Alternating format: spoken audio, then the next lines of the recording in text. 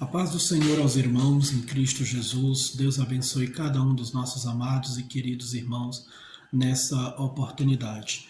Meus irmãos, nós estamos hoje aqui para meditarmos juntamente com a igreja, com os irmãos, a respeito da nossa lição de número 10. Nossa lição de número 10, que tem como tema o cativeiro de Israel, o reino do norte. Então nós vamos estudar hoje, vamos meditar aqui na palavra do Senhor a respeito de alguns aspectos sobre esse cativeiro, a razão por que ele aconteceu, todo o contexto pelo qual esse cativeiro aconteceu. Os irmãos sabem, nós estamos estudando sobre a história de Israel, a soberania divina, o cuidado de Deus para com seu povo durante toda a história de Israel. E estamos basicamente estudando a história dos reis de Israel, porque toda a história de Israel, toda a vida de Israel passa pelo período monárquico, o período dos reis de Israel, e nós vamos aprender aqui algumas lições, vamos entender um pouco por que Israel passou por esses momentos difíceis. Então, o nosso tema é o cativeiro de Israel no Reino do Norte, Israel que tinha por capital Samaria. Meus irmãos, iniciamos falando aqui sobre o nosso texto áureo. Oséias diz assim: vinde e tornemos para o Senhor, porque Ele despedaçou e nos sarará. Fez a ferida e a ligará. Está em Oséias capítulo 6, versículo 1. Oséias, que foi um dos profetas daquela época. Nossa verdade prática diz: Deus sempre adverte seu povo sobre os perigos da idolatria e suas terríveis consequências. Bom, irmãos, eu creio que é do conhecimento de todos os irmãos que o povo de Israel sempre teve um problema seríssimo com a idolatria. Israel sempre teve dificuldade com respeito à idolatria. Idolatria foi um tipo de pecado que massacrou muito o povo de Israel, que perturbou muito a ordem espiritual daquele povo. Talvez, possivelmente, uma explicação para isso seja o fato deles terem vivido muito tempo no Egito. E os irmãos sabem que lá no Egito, naquela época, havia muitos ídolos, muitos falsos deuses, e o povo talvez aprendeu muito sobre aquelas idolatrias, aqueles ídolos. Porque os irmãos vão ver que isso só acontece depois que o povo passa pelo Egito. Antes do povo de Israel entrar no Egito, era uma comunidade, era um povo, era uma nação abençoada, não tinha esse problema com idolatria. Abraão não teve, Isaac não teve, Jacó não teve, mas depois que passaram pelo Egito, parece que esse vírus desse pecado da idolatria perturbou o povo de Israel. E eles sempre tiveram problema com isso.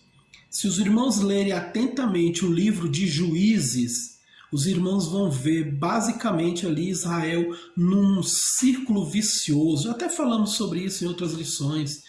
Eles pecavam, viviam idolatria, levantavam ídolos para eles, pecavam contra Deus. Deus permitia que as nações viessem sobre eles e os castigassem. Aí eles oravam, clamavam ao Senhor, abandonavam sua idolatria por um período, clamavam a Deus e Deus dava livramentos para eles. E se tornou isso um círculo vicioso para aquele povo. Mas desde a época que o povo saiu do Egito, que o mal da idolatria está sempre presente na vida deles.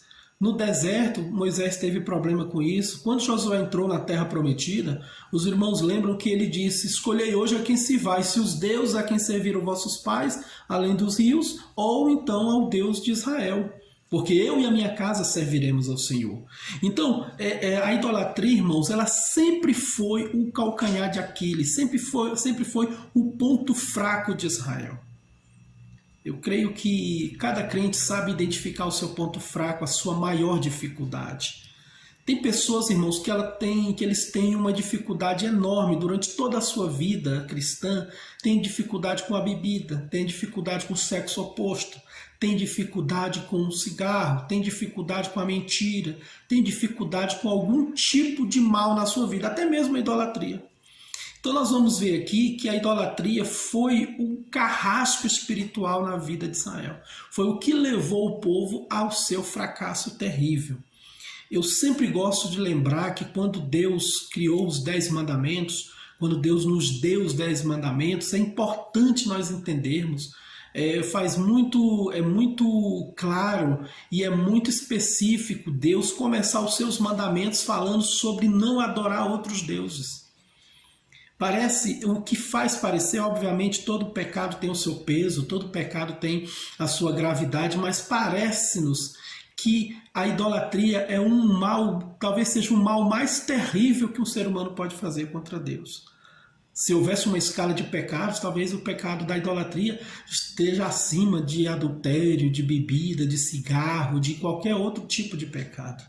Porque a pessoa está se prostrando diante de uma imagem, colocando ela como se fosse maior do que Deus. A pessoa está idolatrando algo, a pessoa está adorando algo e dizendo, olha, você é o grande, você é o maior, você é tudo na minha vida. E Deus não aceita isso, como nós lemos na palavra de Deus. Então Israel sempre teve esse problema com a idolatria. E aí entrava reis, alguns reis eram mais ímpios, eram mais idólatras do que os outros. Aí entrava outros que queriam servir somente ao Senhor e arrancavam os ídolos. Aí ele morria, aí seu filho reinava no seu lugar e começava a fazer idolatria. Um mal tão grande que a idolatria pegou até o grande sábio rei Salomão, né? E então, irmãos, foi um mal para o povo de Israel, foi um terrível pecado que destruiu a vida espiritual de Israel. Então nós vamos ver que uma das causas desse cativeiro foi a idolatria. Isso aconteceu, então nós vamos falar aqui no Reino do Norte, isso aconteceu no Reino do Norte, ou seja, no Reino de Israel. Quem estava reinando na época desse cativeiro era Oséias. Oséias se levantou, né? Ele era filho de Elá e começou a reinar sobre Israel e sobre Samaria, sobre toda a parte norte do reino. A Bíblia diz aqui que ele reinou 9 anos. Durante esse período, Oséias cometeu os mesmos pecados que os seus antepassados cometiam, seus pais, os seus antecessores cometiam. Continuava na prática da idolatria. Então nós vamos perceber, nós vamos aprender aqui na palavra do Senhor alguns aspectos desse cativeiro, o que levou a esse cativeiro e as lições que esse cativeiro tem para a igreja moderna do Senhor. O apóstolo Paulo ele sempre fez uma comparação entre a igreja e Israel. Lá no capítulo 10 de 1 Coríntios, Paulo diz, não sejamos cobiçosos, não sejamos idólatras, não sejamos fornicadores, como o povo foi no deserto. Então, havia sempre um paralelo, havia sempre uma comparação entre Israel e a igreja do Senhor. E nós podemos aprender muito sobre Israel com seus erros. No nosso ponto 1 aqui, irmão, fala sobre Samaria cercada pelo rei da Assíria. O rei da Assíria, irmão, chamado Salmaneser, alguma coisa desse tipo, ele dominava sobre Israel. Oséias pagava tributo, o povo de Israel pagava tributo ao rei da Assíria. E aí o que aconteceu? Antes de Oséias, no reinado já ainda de Jeroboão II, Israel até desfrutava de uma certa prosperidade, de um certo conforto, de uma certa vitória, mas tudo aquilo ali era fruto, segundo diz a palavra do Senhor aqui, era fruto dos próprios erros deles. Eles tinham alcançado certa prosperidade através de injustiças sociais, através da violência, através do mal. E aí, Oséias, quando assumiu, ele fez algo que provocou a fúria do rei da Síria. O que é que Oséias fez? Oséias, ele começou a mandar emissários ao Egito, talvez como uma forma de querer fazer uma aliança com o rei do Egito para que eles pudessem lutar contra o rei da Síria e derrotar aquele rei, e assim Oséias ficar livre de pagar os tributos. E o rei da Síria descobriu essa estratégia de Oséias. O que ele fez? mandou prender, mandou soldados até Israel e prendeu o rei Oséias. Mas o rei da Síria ficou tão furioso que ele decidiu, obviamente por um projeto de Deus, pela permissão de Deus, o rei da Síria ele decidiu então invadir Israel, tomar Israel, destruir aquela nação, destruir tudo ali, templo, tudo que havia ali. E aí ele cercou a Israel, fez um cerco ao povo por mais de 3 anos e destruiu aquela cidade, levou cativos os filhos de Israel. Oséias já estava preso, levou cativo o povo de Israel para a Síria e assim iniciou esse período de sofrimento para o povo de Israel. Obviamente, as atitudes de Oséias, irmãos, elas influenciaram esse cativeiro. Porém, nós estamos olhando no âmbito espiritual. E no âmbito espiritual, nós vemos que o verdadeiro motivo disso foi a iniquidade do povo de Israel. Mas durante esse período, antes dessa invasão, antes do cativeiro, irmãos, a Bíblia diz que Deus levantou profetas. Aqui no nosso subponto 3 fala sobre as advertências dos profetas. Quem eram os profetas na época que estavam ali? Depois que Eliseu morreu, que Elias subiu ao céu, Deus levantou outros profetas, Amós e Oséias. No texto de Amós, capítulo 5, do versículo 6 ao versículo de número 9, nós temos algumas advertências de Deus através do profeta Amós para o seu povo. Ele diz assim, capítulo 5, versículo 6 a 9: Buscai ao Senhor e vivei, para que ele não irrompa na casa de José como fogo e a consume, e não haja em Betel quem o apague. Vós que converteis o juízo em Alosna e deitais por terra a justiça, procurai o que faz o 7 estrelas e o Órion, e torna a sombra da noite manhã, e faz escurecer o dia como a noite, que chama as águas do mar e as derrama sobre a terra. O Senhor é o seu nome, o que promove súbita destruição contra o forte, de modo que venha a destruição contra a fortaleza. Olha que Oséias, Amós usa aqui o versículo, irmão, de número 8, dizendo assim: procurai o que faz o 7 estrelas e o Órion, e torna a sombra da noite amanhã, e faz escurecer o dia como a noite. Aqui, o profeta Amós, ele está ordenando o povo a buscar aquele que cria todas as coisas. Aqui é uma clara referência à idolatria. Aqui o Amós está conclamando o povo a buscar ao verdadeiro Deus e abandonar os seus ídolos que nada pode fazer, que não tem nenhum poder, não tem nenhuma autoridade, não pode fazer nada. Aqui fala sobre o Deus que pode derramar águas, que pode fazer o sol escurecer, que pode trazer a noite, traz o dia, como Deus fez com Josué. Então é um clamor do profeta para o povo se arrepender da sua idolatria e buscar ao Senhor. E Deus levantou Oséias também, e no capítulo 7 do livro de Oséias, a partir do versículo 11, também ele está clamando ao povo. Porque Efraim é como uma pomba ingênua, sem entendimento, invocam o Egito, vão para a Síria.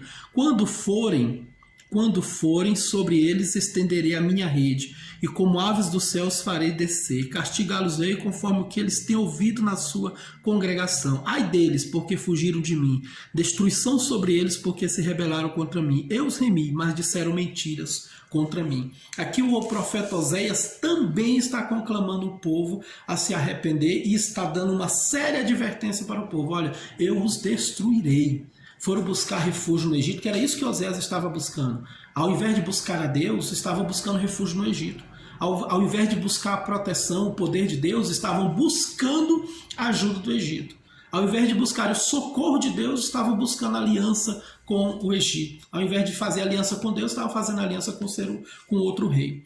Então a esperança do povo na sua iniquidade, dos reis, do rei Oséias naquela época, ao invés de ser o Senhor, era o quê? Era o Egito.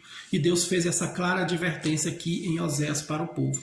Então, irmãos, os irmãos vão notar que a destruição ela realmente veio. O cerco veio, a destruição, a derrota do povo veio. Mas não veio sem que antes viesse a advertência do Senhor. Olha aqui as advertências do Senhor. A Bíblia diz que Deus não fará coisa alguma sem antes comunicar aos seus profetas. E os irmãos vão observar que todas as vezes que Deus tratou com o seu povo Israel, Deus levantou profetas. Antes Deus avisava, falava, não vá por aí, não entre por esse caminho, não faça isso, porque isso levará você à destruição. Deus fazia isso através dos seus profetas, eram os homens que Deus, homens e mulheres, Deus levantava para profetizar para o povo, para falar ao povo. Deus antes avisava para o seu povo. A Bíblia, irmão, a Bíblia, a palavra de Deus é a nossa regra de fé e prática. A palavra de Deus, ela tem todas as advertências para nós. Ninguém, irmão, a Bíblia diz assim, de que se queixa o homem, queixe-se cada um dos seus pecados. Porque ninguém pode se queixar de que não foi avisado pelo Senhor. No dia do juízo, irmão, que eu gosto de lembrar de uma frase do pastor João Batista, que ele disse, eu lembro que ele disse isso uma vez, nós estávamos numa chácara, num lugar aí, era um passeio da igreja, e a gente estava conversando sobre isso, eu lembro até hoje que ele falou isso, eu nunca esqueci. Ele disse, olha, você acha que alguém, será, irmãos, que alguém naquele grande dia vai dizer, Senhor, eu não sabia? Senhor, eu não fui avisado? Será que existe alguém, algum crente, alguma pessoa que poderá falar isso diante de Deus, irmão? As advertências do Senhor estão aqui na Bíblia, na palavra de Deus. Todos os dias, todos os domingos, todos os cultos em que a palavra de Deus é pregada, a verdade é pregada, as pessoas estão ouvindo, como foi nos dias de Noé, como foi nos dias de Ló, como foi no passado e como foi na época desse cativeiro. Antes que o mal viesse, Deus advertiu o seu povo. Deus falava com o seu povo. Jesus alertou o seu povo. Jesus alertou Israel e alertou a igreja também. Olha, irmão, tudo isso, peste, fome, terremoto, doenças, esfriamento do amor, tudo isso a Bíblia já disse. A Bíblia não diz lá em Timóteo, nos últimos dias darão ouvidos a espíritos enganadores, haverá falsos pastores, bandidos que entrarão e vão querer roubar o povo. Todas essas situações já foram expostas na Bíblia. Está tudo avisado aqui na palavra de Deus, irmãos. Está tudo relatado para nós. Então, nessa época, antes do cativeiro, antes de vir o castigo de Deus, vieram as advertências do Senhor. Sempre antes do castigo, sempre antes da disciplina, sempre antes de Deus usar de uma forma rigorosa com o seu povo, vêm os avisos do Senhor. Então, as pessoas nos dias de hoje não estão nem aí para os avisos de Deus. A Bíblia, quando você lê o livro do Apocalipse, por exemplo, é uma grande advertência. Irmão, um tempo de tribulação, um tempo de angústia, um tempo de sofrimento que nunca houve sobre a terra, vai haver aqui nesse mundo. E as pessoas leem, as pessoas ouvem sobre isso, as pessoas recebem essa palavra, mas não obedecem. Então Israel foi levado, veio o cativeiro, veio o rei da Síria para cercar o povo, para tirar o povo daquela terra, para destruir a cidade e para levar o povo. Mas antes de tudo isso acontecer, houve as advertências do Senhor. Vinde, tornemos, olha o nosso textuário, vinde, tornemos para o Senhor.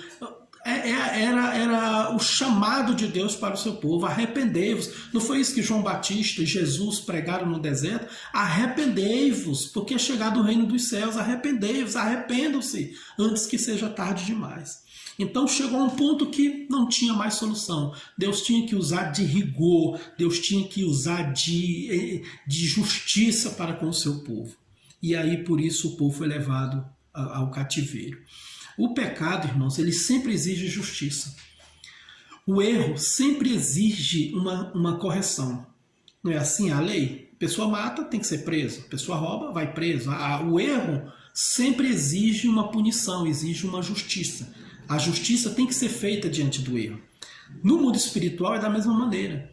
Nós somente estamos salvos, somos salvos por quê? Porque Jesus assumiu a nossa culpa, Jesus pagou o preço pelos nossos erros, o que a nossa dívida com Deus era impagável e nós merecíamos o inferno, mas o Senhor Jesus tomou o nosso lugar e pagou a nossa dívida, E por causa disso nós somos vistos como justos diante do Senhor. Então na cruz do Calvário a dívida do pecado foi paga. A justiça foi feita. Jesus é a justiça de Deus. Então, no mundo espiritual, o erro precisa de uma punição, precisa de uma disciplina, precisa de justiça. É no mundo inteiro, no mundo natural e no mundo espiritual, né, irmãos? Vamos dizer. No mundo material funciona assim também. Né? Qualquer erro merece é necessário uma disciplina, é necessário uma justiça. Quem é o pai, quem é a mãe que não disciplina seu filho? Você vai deixar seu filho fazer o que ele quiser sem disciplinar ele? Não, fez errado, ó, corta o celular, corta a televisão, corta o joguinho, corta o brinquedo, corta qualquer coisa, porque o erro necessita ser corrigido, ser disciplinado através de justiça. E o cerco de Israel, o cativeiro de Israel foi a justiça de Deus, mas uma justiça misturada com misericórdia. Deus usou de justiça porque era necessário corrigir o erro do povo, disciplinar o povo, mas Deus também foi misericordioso porque não permitiu que o povo fosse de tudo devastado, de todo destruído. Então Samaria foi cercada pelo rei da Síria e foi levado cativo. No nosso ponto 2 fala sobre os pecados do povo e sua queda. O que originou isso? Foram as estratégias de Oséias, foi a falta de habilidade dele no governo, tudo isso faz parte, mas o ponto central que nos interessa é que quais foram os pecados do povo, porque o pecado é que levou à destruição. O salário do pecado é a morte, diz a Bíblia. Então a Bíblia fala sobre isso. A disciplina, a correção do pecado é a morte. A morte, a destruição, a derrota, ela é o salário, ela é o pagamento do erro, do pecado. Quais foram, então, irmão, quais foram os pecados do povo e sua queda? Quais foram as razões, os pecados do povo? Bem, nós já falamos, né? Falamos muito no início sobre a idolatria. A idolatria, a gente falou, né? Já os irmãos estão cientes de que sempre foi o mal de Israel. Levantavam ídolos, levantavam imagens, adoravam. Irmãos, eles adoravam tudo que era necessário. Tudo que eles queriam, eles adoravam. O povo ele tinha uma facilidade para a idolatria. Os irmãos lembram que lá no deserto, quando Moisés ficou muitos dias no monte, não desceu, Arão chegou o povo chegou para Arão e disse: agora, Moisés, esse homem, nós não sabemos o que é que foi feito, faz um Deus para ir diante de nós. Olha a facilidade, olha a solução que o povo tinha para a demora de Moisés, um ídolo. E Arão pegou os utensílios que eles trouxeram, fez um bezerro de ouro e o povo foi adorar o bezerro de ouro. Uma facilidade enorme. E é interessante, irmãos, que eles estavam diante do Monte Sinai, havia fogo e trovões no Monte Sinai, já tinham visto a glória de Deus, mas mesmo assim tiveram facilidade de fazer o seu ídolo. Então a idolatria sempre foi um mal, um pecado muito terrível na vida do povo de Israel. A Bíblia, irmão, diz lá em 1 Coríntios capítulo 10, fugir da idolatria. O apóstolo Paulo fala para nós, faz esse comparativo entre o povo de Israel e nós. Fugir da idolatria. Então a idolatria ela é um mal que atinge qualquer ser humano. O mundo é um mundo idólatra, porque toda vez que o mundo não adora a Deus, toda vez que o homem faz de si mesmo, do seu coração, da sua vontade, o seu próprio Deus, é uma idolatria. Então, idolatria é adorar tudo aquilo que não é o Deus verdadeiro. Então, pessoas que adoram o carro, adoram o dinheiro, adoram a si mesmo, adoram a família, adoram seu status, adoram o seu ego, adoram tudo. As pessoas têm os seus ídolos. Não precisa ser necessariamente de madeira, de ferro, de barro, não. Os irmãos sabem disso. A idolatria é um mal que nasce no coração do homem. Jesus diz que do interior do coração é que nasce as feitiçarias, a idolatria, a imoralidade. Tudo está dentro do coração do homem. O homem é um ser que adora. O homem é um ser que gosta de prestar culto. A facilidade que nós temos, irmãos, de gostar de alguém, de fazer de alguém um ídolo, de nos... vejam os irmãos, a facilidade que nós temos de... não vamos dizer idolatrar, mas admirar muito uma pessoa. Quantos irmãos não admiram um cantor, uma banda, um conjunto, uma cantora da igreja cristã? Ou um pregador, ou um pastor. Isso é muito comum na nossa adolescência, na nossa juventude. Eu lembro que quando lá era difícil vir esses cantores famosos na nossa cidade, mas às vezes vinha em alguma cidade perto, e eu lembro de uma grande caravana na nossa cidade que saiu lá e viajou a noite inteira para ir para outra cidade lá, porque quem estaria lá cantando era o cantor Matos Nascimento. Então os irmãos estavam empolgados porque nunca tinham visto ele pessoalmente. Hoje você vê nas mídias digital, aquela coisa toda. A empolgação das pessoas, dos próprios irmãos, falando dentro da igreja, a empolgação de muitos irmãos quando viu aqueles pregadores mais famosos, Napoleão Falcão, Gesiel Gomes, Takayama, a empolgação dos irmãos. Não chegava a ser uma idolatria, mas era uma admiração, uma empolgação muito grande. Então o nosso coração ele tem essa facilidade de nos fazer apaixonar por pessoas ou por coisas. E a gente fica vidrado naquilo ali. Às vezes a pessoa não idolatra, mas ele é muito apaixonado por um ator de cinema, por um ator de novela, uma atriz, por um cantor, uma cantora, alguma coisa, alguém de destaque. Então, por isso que a Bíblia diz, Paulo diz, fugir da idolatria. O crente tem que fugir sempre da idolatria, porque ela pode começar pequeno sentimento, mas depois chega ao ponto de que a pessoa fala, eu não consigo. A pessoa, sabe, irmãos, a pessoa não consegue colocar nada acima daquele objeto de sua idolatria. Por exemplo, tem pessoas que não vão para a igreja por causa de um time, por causa de uma novela, por causa de um filme, por causa de algum artista, por causa de alguma coisa material. Então isso já é um início de idolatria na vida da pessoa. Ela está colocando algo acima de Deus. Quando a pessoa diz assim, eu só vou para a igreja se minha mulher for, se meu marido for, se meu filho for, se minha filha for, e se eles saírem da igreja eu saio também, se eles deixarem de ser crente eu deixo também. É a idolatria já tomando conta do coração da pessoa. Jesus diz, não podeis servir a Deus e a Mamon. Naquele dia, nesse texto específico de Mateus capítulo 6, Jesus está falando sobre Mamon como uma riqueza. Não se pode servir a Deus e a riqueza, ou seja, um dos dois tem que ficar em segundo lugar. Ou Jesus é primeiro, ou Deus é primeiro, ou a riqueza é em primeiro lugar. Então a pessoa tem que decidir. O jovem rico tinha a riqueza em primeiro lugar. O Deus do jovem rico era a riqueza. Então o pecado do povo era a sua idolatria, eles adoravam imagens de escultura. E hoje nós vemos muitas pessoas adorarem imagem, mas também adoram pessoas, adoram sentimentos, adoram divertimentos, adoram coisas imateriais. Então a idolatria, irmãos, ela pode iniciar no coração de qualquer pessoa.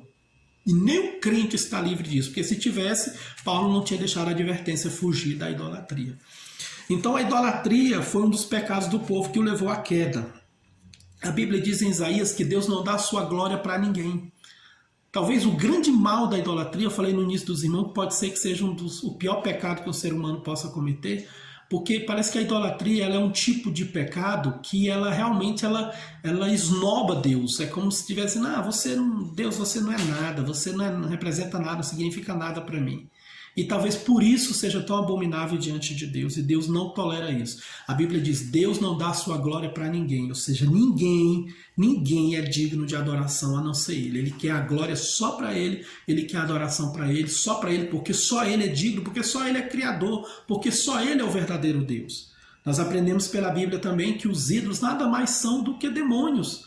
Ali é a imaginação do homem. Quando o homem faz uma imagem de escultura, ali ele não está adorando apenas uma imagem de escultura, ele está adorando demônios. Paulo diz que são espíritos malignos.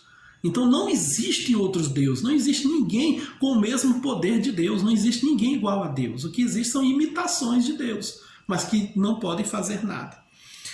E outro tipo de pecado terrível que Deus abominava o povo, e que foi uma das razões da queda do povo, foram as injustiças sociais. Eram os ricos ficando cada vez mais ricos, só que isso não por fruto do seu trabalho, mas porque eles iam lá e despejavam os pobres, né, e tiravam o que o pobre tinha para eles poderem ficar cada vez mais ricos. Então eles não tinham, a sua riqueza não era fruto do seu trabalho, não era fruto de sua honestidade, que não tem problema nenhum. A injustiça daquela época é que eles extorquiam os pobres, tiravam tudo que o pobre tinha para que eles pudessem ter mais para eles. Então eles já tinham muito, mas eles queriam mais ainda. E queriam até o que era do pobre. E aí ficava deixando os órfãos, as viúvas, os pobres, os necessitados, ficavam massacrando aqueles que eram mais pobres. Irmãos, e tudo isso Deus vai julgar. Hoje, quando nós vemos pessoas, né, corruptos, bandidos que são políticos ou não políticos, pessoas que têm prazer de tirar daqueles que são mais pobres. Geralmente, os políticos, os ricos, irmãos, você pensa bem, Uma pessoa que é político, né, um deputado, um senador, seja quem for, ele tem toda a assistência que ele precisa. Ele tem carro à disposição, ele tem um ótimo plano de saúde, ele tem tudo que ele precisa. Aí ele ainda faz questão, de a corrupção dele é tão mal, o coração dele é tão ruim, que ele ainda faz questão de roubar o dinheiro que seria destinado para nos ajudar. Por exemplo, na saúde. O político ele tem um ótimo plano de saúde. O pobre não tem nada, tem o SUS, tem só o hospital público. E aí o que é que o político corrupto faz? Ele tem tudo que diz respeito para a saúde dele, tem um ótimo plano de saúde para dar todo o atendimento possível para ele, mas ele não se contenta com isso, ele rouba a oportunidade que o pobre tem de ter um atendimento de saúde mais tranquilo e mais confortável também. Então todas essas coisas Deus vê e todas essas coisas Deus vai fazer juízo.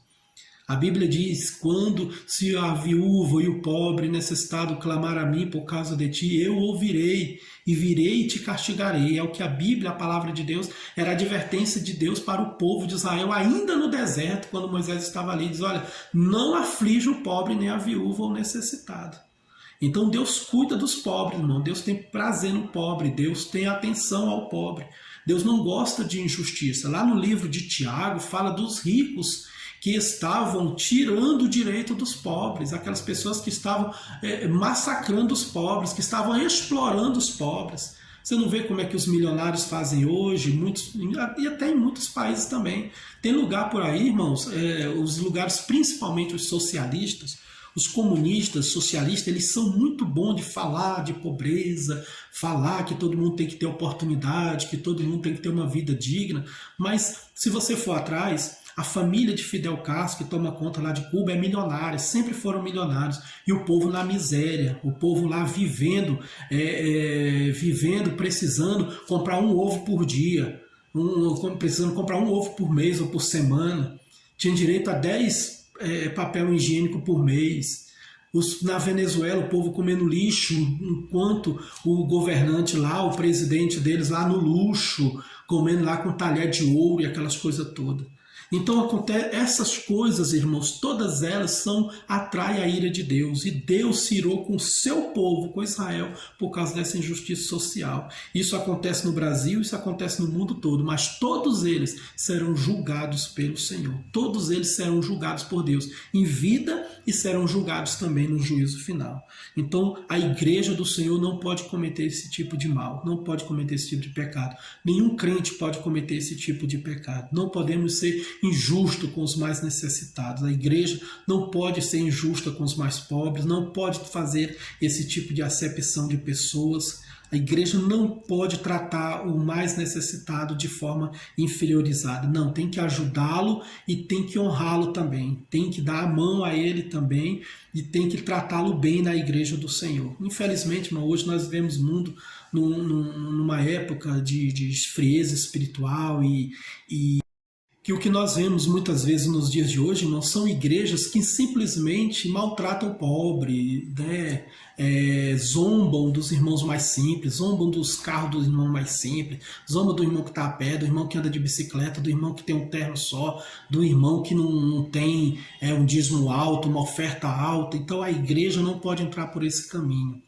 A igreja do Senhor sempre tem que ser uma igreja que acolhe a todos de todas as maneiras e ajudar sempre o necessitado e ser justa para com todos os pobres e para com todas as pessoas, seja rico ou seja pobre, tem que haver justiça.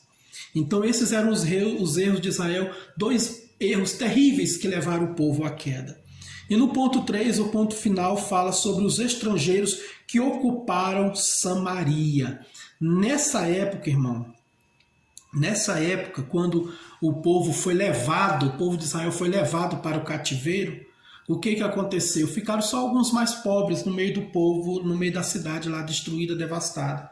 E aí houve uma estratégia do povo dos reis da Síria de trazer o governante da Síria, né, os assírios, eles trouxeram povos de outros lugares para preencher para ficar morando naquela terra. Houve uma miscigenação, houve uma união desses povos estrangeiros com os israelitas que estavam lá e deu origem ao quê? Aos samaritanos, foi uma mistura. Nisso apareceu também o sincretismo religioso.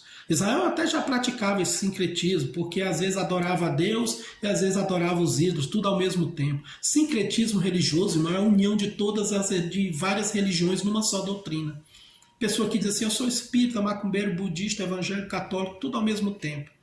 Então esse tipo de sincretismo religioso começou a aparecer lá no meio do povo de Israel e se tornou mais forte quando trouxeram gente de outras nações para morar ali em Samaria e deu origem aos samaritanos. Porque aí os samaritanos adoravam a Deus, mas adoravam os seus ídolos também. Procuravam servir a Deus, mas serviam os seus ídolos também. Tinham os seus estatutos dos seus ídolos e tinham os estatutos de Deus também. E havia aquela mistura de teorias, de doutrinas, mistura de costumes, uma miscigenação, um sincretismo terrível no meio do povo. E aí, aqui está, irmão, nessa época de Oséias, por causa desse cativeiro, é que houve a origem dos samaritanos. Por isso, os judeus, na época de Jesus, não se falavam com os samaritanos, porque tinham eles como impuros, tinham eles como malditos, tinham eles como aqueles que vieram e trouxeram caos para o povo. Uma mistura que Israel nunca quis, uma mistura que o povo judeu nunca quis. Então, eles maltratavam os samaritanos naquela época, tinham raiva dos samaritanos. E alguns samaritanos também tinham raiva do povo. Os irmãos lembram quando Jesus estava subindo para Jerusalém e mandou os discípulos em busca do povo, e mandou os discípulos em busca de acomodação, e quando chegaram ali em Samaria, os samaritanos, numa cidade samaritana, os samaritanos, quando viram que Jesus e os discípulos iam para Jerusalém, não quiseram dar pousada para eles, e os discípulos falaram, Senhor, faça que fogo do céu desça e consuma esse povo.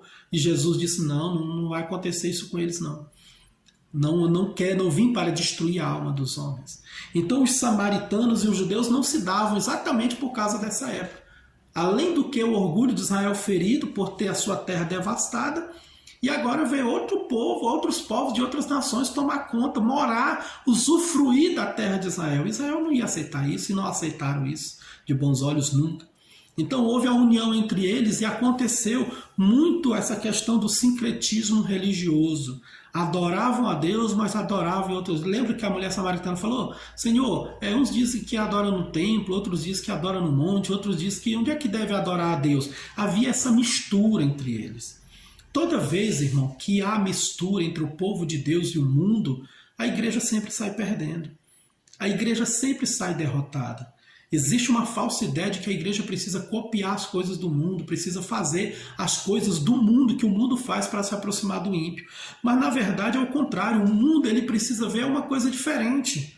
O mundo já está, as pessoas no mundo, irmão, o ímpio, ele já está oprimido pelo carnaval, pelas músicas, pelas danças, pelas coisas do mundo, pelas fornicações do mundo, já está oprimido por essas coisas mundanas, ele já sabe, ele já participa dessas coisas. A igreja não precisa entrar no carnaval, a igreja não precisa desfilar, a igreja não precisa de danceteria, a igreja não precisa de festa junina, a igreja não precisa fazer essas coisas para se aproximar do mundo. Ela tem que fazer o contrário, ela tem que mostrar que nela, com ela, na igreja, sendo crente em Jesus, fazendo parte do povo de Deus, as pessoas vão ter paz e tranquilidade, as pessoas vão ter paz na sua alma. Então, a igreja jamais pode se misturar com o mundo. A igreja jamais pode aceitar a mistura. Não é que nós vamos deixar de cumprimentar ou não ser colega das pessoas, mas a igreja não pode, irmãos, trazer os costumes, as ideologias, as doutrinas do mundo para dentro dela. Sincretismo religioso é uma coisa que não pode acontecer na igreja. Não pode haver a união de todas as religiões dentro da igreja do Senhor. Infelizmente, nós temos visto hoje. Quando você vê negócio de óleo sagrado, tapete de fogo, corredor do sal, e quando você vê a igreja cristã adaptando alguns costumes de outras religiões para dentro da igreja, irmãos, eu fico imaginando, irmão, qual é a razão que eu estou vendo ultimamente algumas igrejas onde os líderes, onde os irmãos e as irmãs têm que estar todos vestidos com uma bata branca. Para que aquilo ali? Faz parecer os terreiros de macumba, onde todo mundo ali é vestido com uma manta branca tal, para atrair os espíritos. Para que trazer Arca da Aliança? O pastor Elcio já até falou sobre isso na igreja. Arca da Aliança, o chofar para ficar tocando aquele chifre e aqueles costumes judaicos. Para que juntar tudo isso aí? Eu sempre fui, irmão, sempre fui um crítico dessas coisas, porque eu acho uma aberração terrível. Já falei até na igreja do Senhor. Já até falei na igreja. Falei para os irmãos, falei, irmãos, a igreja cristã, Jesus veio para morrer por nós porque o judaísmo, porque a lei não tinha como nos ajudar nos nossos pecados. E Jesus veio e morreu por nós para que nós não precisássemos cumprir a lei. A igreja teve uma dificuldade, uma luta muito grande para se desvencilhar do judaísmo. Aí hoje, nos dias atuais, vem a igreja cristã e quer ficar sendo cristã, quer ficar pregando Jesus e pregando a lei também. Aí a Igreja Universal construiu o templo, aquele templo de Salomão, colocou lá os sacerdotes, os sacrifícios, tudo aquilo ali é uma aberração, tudo aquilo ali é uma aberração doutrinária, tudo aquilo ali é um mal espiritual para a igreja. A igreja não pode misturar. A igreja cristã ela é uma só, a igreja de Cristo ela é uma só, ela tem uma só doutrina. A Bíblia diz uma só fé, um só batismo, um só Deus, um só Espírito, uma só fé, um só Espírito.